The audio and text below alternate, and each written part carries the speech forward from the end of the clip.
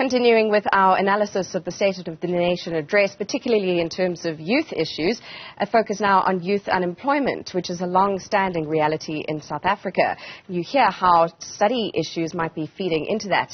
The country needs to critically address the issue of youth unemployment in order to meet developmental and economic goals. We're going to take a closer look at the President's SONA and his priorities on youth employment and small business development now. Joining us is Lethiwe Nkosi, a network mobiliser at Youth Capital, which is a campaign advocating for youth unemployment solutions that are evidence-based and youth-centred.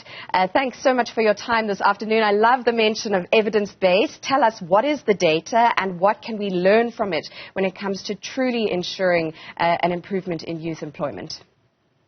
So thank you for having me. What we have learned as Youth Capital, in fact, research tells us that 9.1 million young people are not in education, employment, nor training. And this tells us that the issue of youth unemployment is not simply an issue around the need for jobs, but it's also an issue of young people not being able to even access those jobs because they're not able to complete their studies and the qualifications they need in order to start working. We also know that there are other roadblocks young people encounter on their journey to becoming economically productive, like the issue of the cost of looking for work.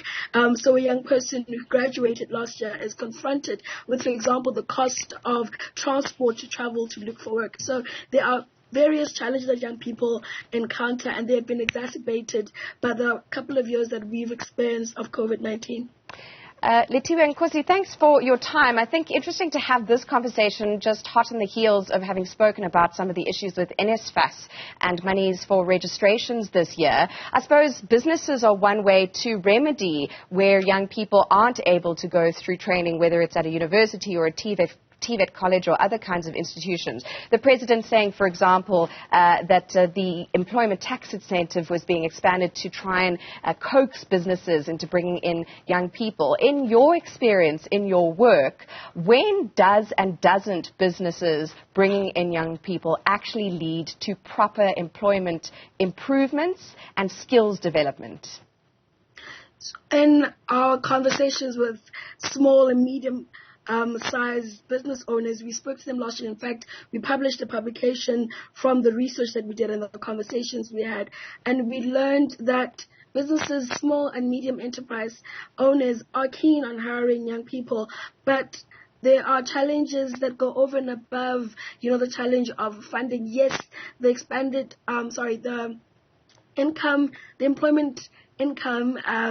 employment tax incentive is a good tool to encourage employers to hire young people, but there are other hidden costs that employers experience when it comes to hiring young people. For example, many small and medium enterprises do not have the capacity to train a young person, and not only in the hard skills. So hard skills are important for business owners. They need young people to have been trained at a TVET college, for example, but it's also the cost around being able to onboard a young person. Many small and medium-sized enterprises do not have the capacity, the human resource to train up young people. So those costs are not factored in what the President described in the kind of support that small and medium enterprises will receive. And on the note of skills, what we've learned from employers as well is that there isn't a clear coordination in terms of a clear pipeline of the kind of skills young people need get while at a college,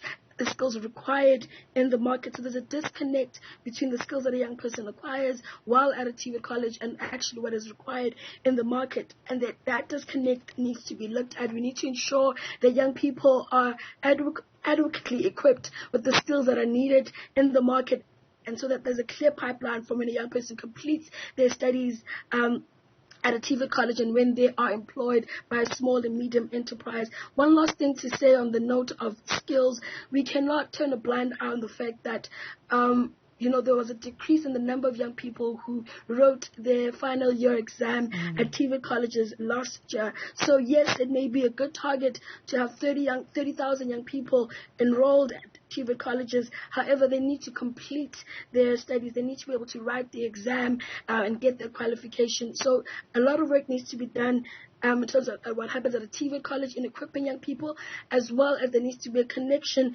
to employers so they can hire those young people, and those employers also need to be supported. All the nuts and bolts you're talking about there, that with that mention of a pipeline between TVET college qualification and indeed getting students to complete their courses and write exams and then move into the workplace. So we've spoken about the business sector and businesses bringing in young people, but I suppose there's also a role here for government, although the public sector wage bill negotiations may show some of the potential pitfalls of hiring people en masse down the line. The Department of Home Affairs, we heard from the President, has appointed a first cohort of 10,000 unemployed youngsters to digitize more than 340 million paper-based civic records. One wonders what the details of what that involves, if it's using scanners or perhaps something where there's scope for some real skills development. Are those kinds of measures a long-term solution here potentially for young people looking to gain skills and work experience? It's a start. As Youth Capital, we firmly believe that when a young person is a part of a public employment opportunity like the one that you have described, they need to acquire not only the skills for the job in front of them, but also transferable skills that they can use post the program, because we know that these are opportunities, they're not full-term employment. So when a young person completes the program, they need to be able to stay employed, and one of the key ways that can happen is if they receive transferable skills. So the hope is that, a young person who is employed to be part of the opportunity linked to Home Affairs will get the digital skills required in the digital sector, so they can work for a digital company post the program ending. We're very short in time, but I'd like to ask you just in closing, since it is a Friday afternoon after all, if you have one case study, one individual who comes to mind who you think is a sort of emblem of the best of what can happen when there is proper youth skills development and employment work, perhaps in your own experience. There are quite a number of examples, but I think I would like to stay away from the exception narrative, yes. Because I understand that there are very nuances, there are different nuances that young people experience. I mean, there are a number of young people in our network who have been able to complete their schooling and pursue careers or even start their own businesses, but I don't want to put emphasis on that lest we, then become complacent as a society. Yes, and most absolutely fair. A very astute point to not go with the exceptionalism, but look at the systemic problems that need tackling. Lethiwe Nkosi there, Network Mobiliser for Youth Capital. Thank you very much for your input this afternoon.